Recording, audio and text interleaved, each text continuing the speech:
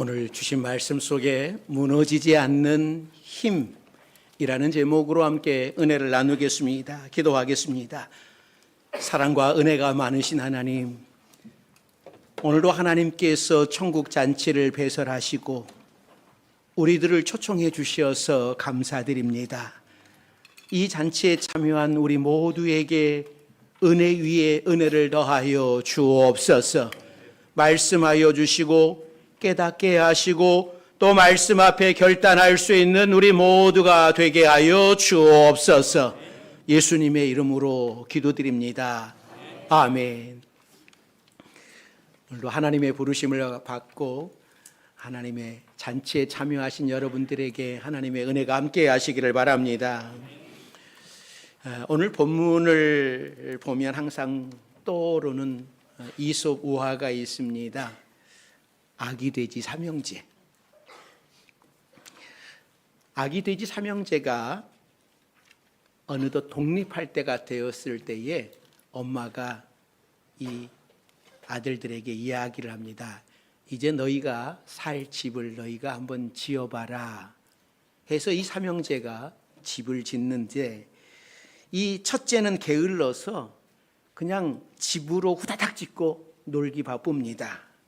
둘째는 목보라서 놀다가 나무로 뚝딱뚝딱 치고 형이랑 열심히 놀아요. 그리고 동생에게 찾아가서 우리 동생아 놀자 그러는데, 이 동생은 성실하게, 아니 바보처럼 벽돌로 그냥 힘들게 집을 지어요. 그런데 어느 날 늑대가 이 형 집에 찾아와가지고 나 좀 들어가자.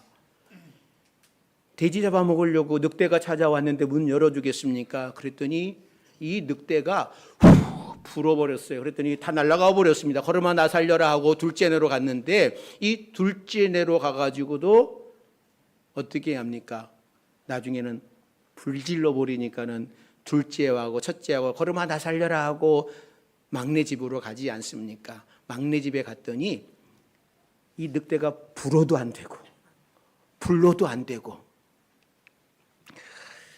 이 첫째와 둘째 집은 다 무너져 버렸는데 늑대가 이 셋째 집은 무너뜨리지 못했다고 하는 이야기이죠.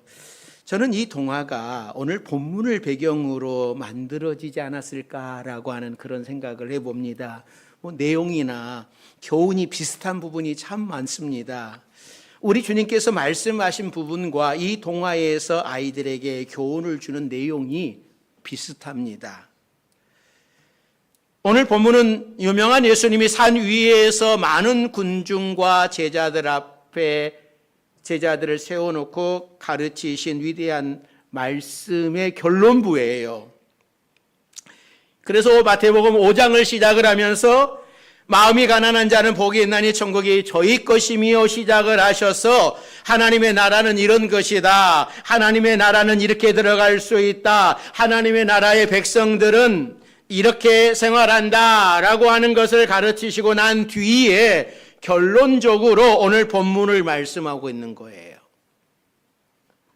그러니까 말씀을 한마디로 종합하면 이제까지 주님이 가르치셨던 모든 것들을 지켜 행하라고 하는 거예요.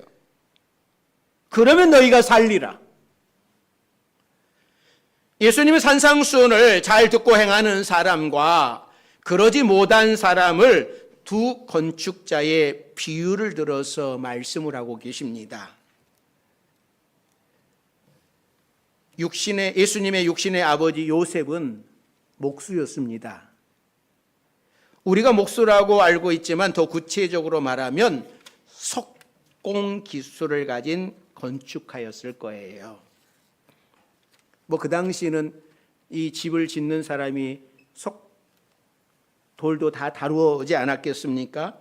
아마 예수님도 공생애를 시작하기 전에 건축 일을 하셨습니다. 그러니 집 짓는 일에는 전문가이신 예수님이 결론 부분을 집 짓는 비유로 맞추고 계시는지도 모르겠어요.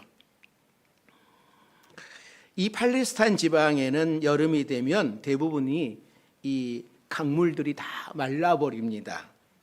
물기가 없어요. 그래서 모래사장을 이루는 겁니다. 그러다가 이 겨울이 되면 이 9월 달부터 우기가 시작이 됩니다. 집중호우가 내리는 거예요. 그래서 급류가 생기게 되는 것이고 그냥 쉽게 모래밭에 집을 지었던 사람이 순식간에 다 떠내려가 버리는 것이죠. 그래서 쉽게 집을 지으려는 사람들은 여름철에 모래사장 위에다가 그냥 집을 지어버립니다. 왜냐하면 그런 흔적이 없기 때문에, 사막과 같은 것이기 때문에 거기다가 집을 짓는 것도 뭐 이렇게 힘들지도 않고 큰 수고를 들이지 않고 쉽게 지을 수 있어요. 그런데 겨울이 되면 우기가 돼서 비가 내리고 홍수가 나는 일이 일어나면 그 집들이 흔적도 없이 다 사라져 버리는 거예요. 그 이유는 모래 위에다가 집을 지었기 때문입니다.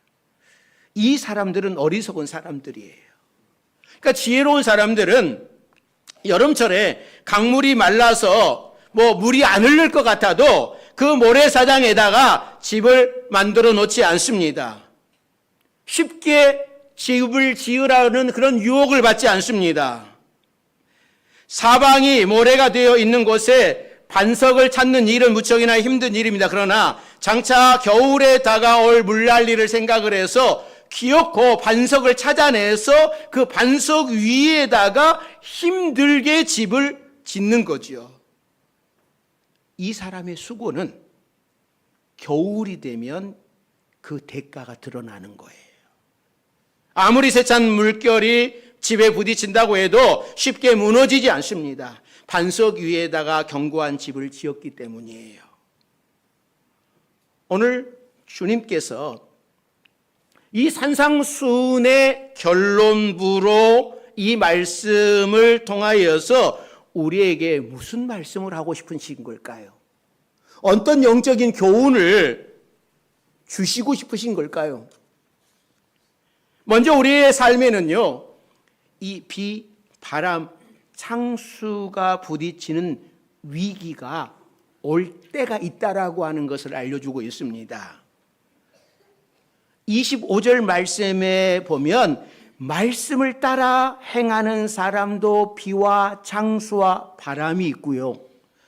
27절을 보면 말씀을 듣고 순종하지 않는 사람도 비와 창수와 바람을 만나는 시간이 있다라는 말씀이에요. 우리가 아는 대로 오늘 주님이 말씀하시는 홍수와 바람은 우리 인생에서 고난을 의미합니다. 질병으로 찾아오는 고난, 인간관계에서 만나는 고통, 물질과 가족관계에서 오는 고통, 많은 사람들이 이 땅을 살면서 홍수와 폭풍우 속에서 살아갑니다. 어떤 사람은 인생의 홍수에 떠밀려 내려가기도 하고 어떤 사람은 이런 홍수 속에서 굳건하게 살아남습니다. 또 이런 홍수와 폭풍우는 예고 없이 갑자기 찾아오는 경우가 많아요. 요즘은 기상예보가 있어서 저 멀리 태평양에서 태풍이 만들어지는 것까지도 다 알고 어느 시점에서 이 태풍이 어디로 갈 것인가 이것도 다 알아냅니다. 그러나 인생의 태풍은 아직 기상예보가 없어요. 순식간에 몰아옵니다. 그래서 미리 대비해 놓지 않으면 태풍을 당해낼 사람이 없는 거예요. 나중에 가가지고 나에게 이런 어려움이 올 줄 몰랐다라고 아무리 사정을 해도 소용이 없는 겁니다. 후회해도 소용이 없어요. 사탄은 때와 장소를 가리지 않고 사람들에게 인생의 태풍을 보냅니다. 그럴 때에 태풍을 한 대 맞고 쓰러져서 낙심하지 마시고 담대하게 승리하시기를 바랍니다. 평소에 예수님의 말씀을 듣고 순종하며 지혜로운 건축자가 되어서 날마다 말씀 위에 든든한 신앙의 집을 지어놓는 사람은 인생의 태풍에 절대로 쓰러지지 않습니다. 아니, 그 태풍 때문에 오히려 더 단단해지고 성숙해질 수 있습니다. 참된 그리스도인인가 아닌가를 판가름하는 것은 평소에는 잘 나타나지 않습니다. 그러나 인생에 비가 와거나 홍수가 오거나 바람의 위기가 일어날 때는 차이가 나타나는 거예요. 예수님을 믿는 믿음을 가진 사람은 어려움의 시간에 예수님을 의지하여 든든히 자신의 인생을 지킬 수 있지만 그렇지 않은 사람은 무너져 내린다라는 말씀입니다. 그러므로 평소에 아무 문제가 없을 때에 기도와 말씀의 훈련을 받아야 돼요. 평소에 쌓아놓는 기도와 말씀이 바로 홍수의 때를 대비해서 기초를 쌓아놓는 반석과도 같은 역할을 합니다. 그래서 홍수가 나도 무너지지 않는 집을 짓게 되는 겁니다. 집을 짓고요. 너무나 어렵게 집을 짓는데요. 무너지는 것은 순식간이잖아요. 제가 오래전에 이 청년들이랑 롯데월드를 갔어요. 우리 청년들이 목사님 우리만 따라다니세요. 우리만 따라다니세요. 우리는 5개만 딱 탈 거예요. 그래서 제가 그 청년들을 따라갔죠. 그런데 어느 곳을까지 자이로드롭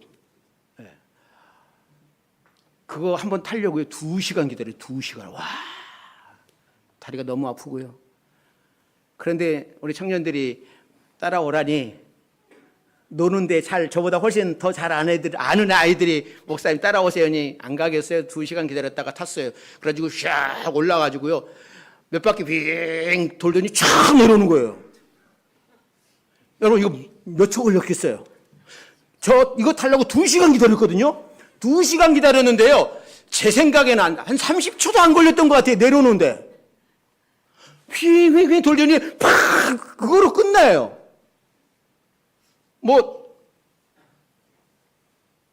이게 자유로 스윙인데 이거보다 더 빠른 것도 있더라고요. 그냥 올라가더니 딱 내려와. 얼마나 허무하던지요. 여러분 우리가요 짓는 것은 너무나 어렵습니다. 그런데 무너뜨리는 것은요 순식간이에요. 수십 년씩 공들여 먹을 것 안 먹고 입을 것 안 입고 쓸 것 안 쓰고 인생의 집을 지었어요. 그러나 어느 날 갑자기 찾아온 병으로 인하여서 어느 날 갑자기 찾아온 사고로 인하여서 우리의 모든 것을 다 잃어버리는 경우도 있습니다. 남편이 때로는 아내가 때로는 자녀가 갑자기 비와 바람과 큰 물이 되어서 우리의 생활을 온통 뒤죽박죽 만들어 놓고 무너뜨리는 경우가 허다합니다. 이것이 사람이 사는 모습이에요. 그런데 이러한 위기의 시간이 나에게는 없는 것처럼 착각하면서 살지 말아야 한다고 하는 겁니다. 예수님은 이러한 위기의 시대를 대비해서 어떠한 위기에도 무너지지 않는 반석 위에다 집을 지으라고 말씀하시는 거예요. 인생의 폭풍우는 올 수도 있고 안 올 수도 있는 게 결코 아니에요. 반드시 옵니다. 그리고 폭풍우가 다 몰아쳐도 나만은 피해갈 것이라고 생각하지 마십시오. 태풍이 몰려오면 한꺼번에 모든 사람들에게 몰려옵니다. 결코 우리 집만 피해가는 법은 없습니다. 그렇기 때문에 항상 미리 대비해야 하는 거예요. 튼튼한 신앙의 집을 짓고 있는 사랑은 태풍에도 끄떡이 없습니다. 사람과 동물의 차이점이 어떤 것이 있을까요? 그 차이점 가운데 하나가 사람은 내일을 위하여 대비하는 능력이 있고 동물은 없다고 하는 겁니다. 동물은 내일 준비하는 것이 거의 없습니다. 먹을 것 있으면 먹고 그렇지 않으면 굶습니다. 그러나 사람은요 항상 내일을 준비합니다. 이 세상에 있는 어떤 사람이든 이러한 위기의 시대를 위하여 준비하고 있죠. 그 가운데 하나가 보험이라고 하는 것도 있고, 또 저축은 당장 손해보는 것 같고 필요 없는 것과 같지만 위기의 시대를 잘 견디게 하는 일종의 생활의 안전장치입니다. 그러나 우리가 위기의 시대에서 살아나고 무너지지 않게 하기 위하여서는 보험이나 저축으로 아무리 육신적인 안전장치를 해 놓아도 우리의 영적인 준비가 되어 있지 않으면 우리는 무너질 수밖에 없습니다.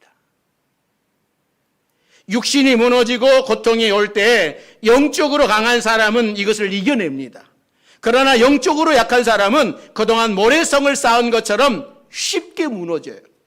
그래서 예수님은 이러한 위기의 시간이 언제 어느 때에 어떠한 상황으로 우리에게 부딪혀서 나의 생활을 힘들게 할지 모르니 이러한 위기의 시간을 대비하면서 미리 반석 위에 집을 지으라고 말씀을 하고 계시는 거예요.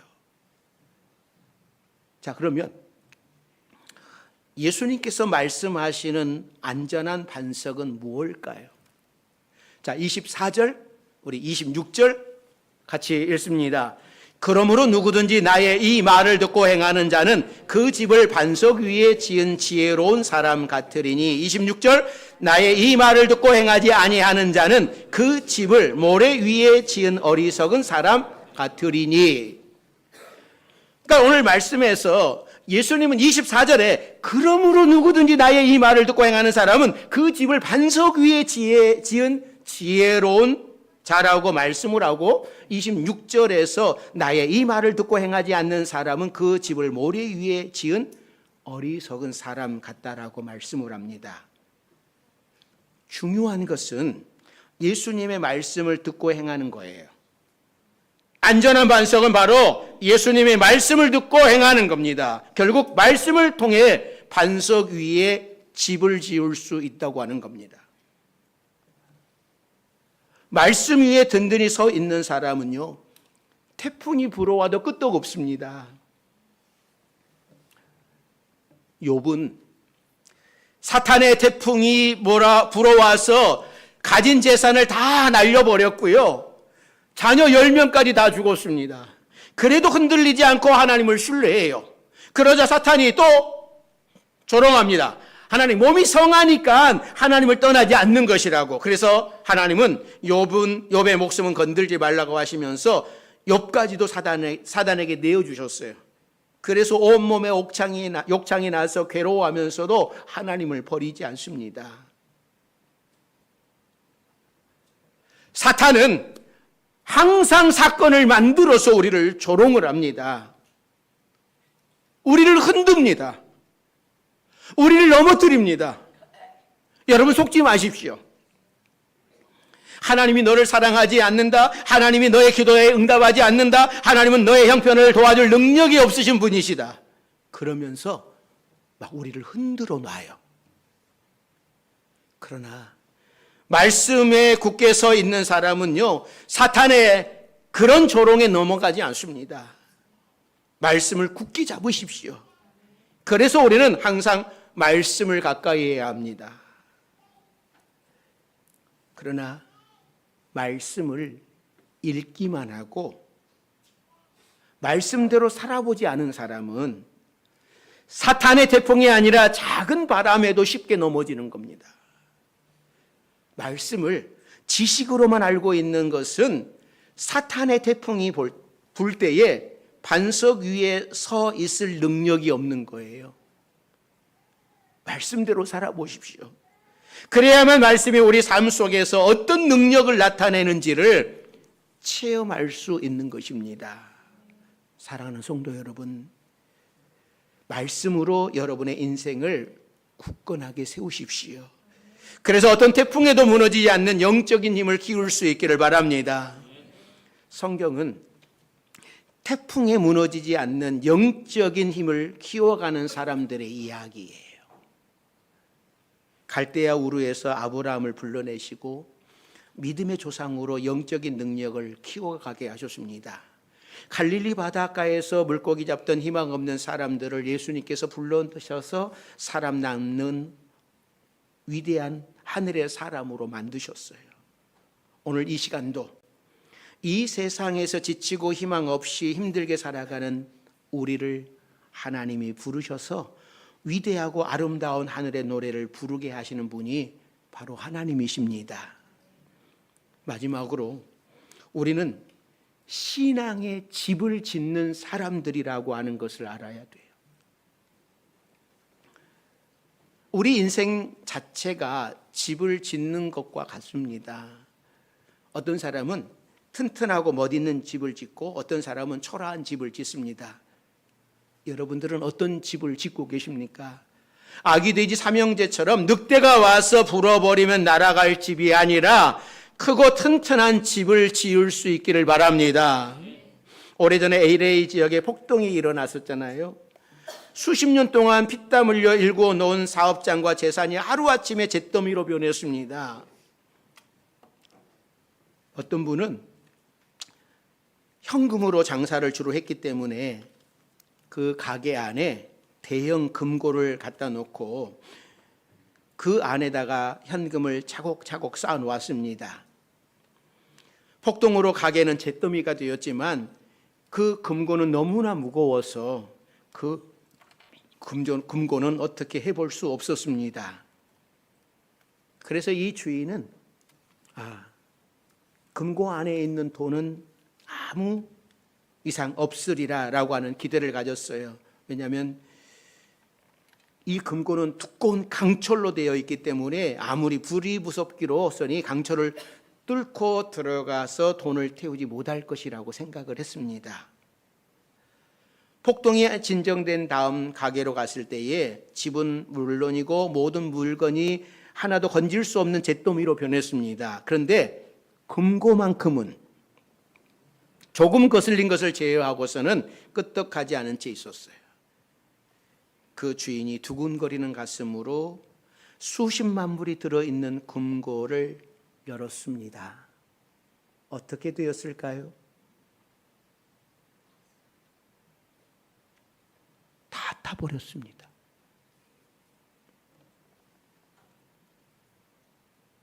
하나도 남아있지 않았습니다. 이 사람은 인생의 집을 짓기는 잘 지었지만 돈으로 지었기에 화재 다 타버리고 말았어요. 우리가 지어야 할 집은 오직 말씀 위에 지어야 됩니다. 말씀 위에 짓는 집은 결코 무너지지 않습니다. 지혜로운 건축자와 어리석은 건축자의 차이는 기초 차이라고 합니다. 사상 누각이라고 하는 말이 있습니다.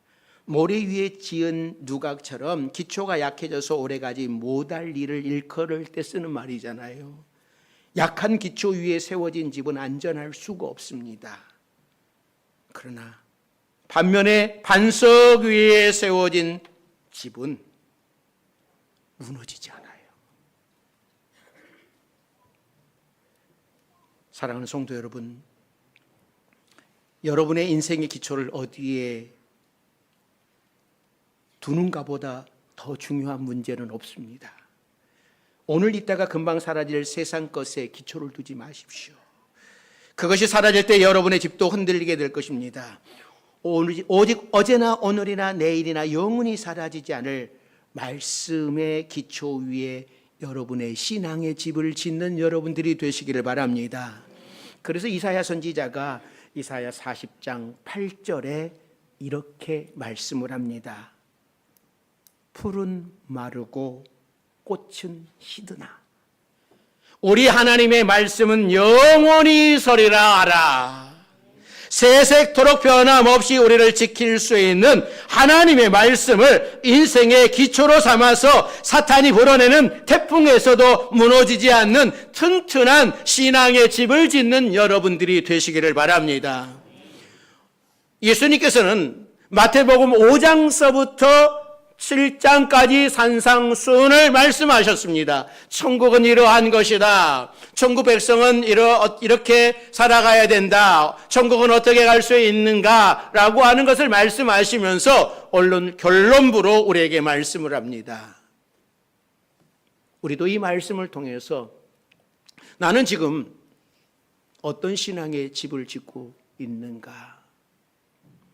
나는 지금까지 어디에 기초하여서 신앙의 집을 지어가고 있는지 여러분 한번 생각해 보시기 바랍니다.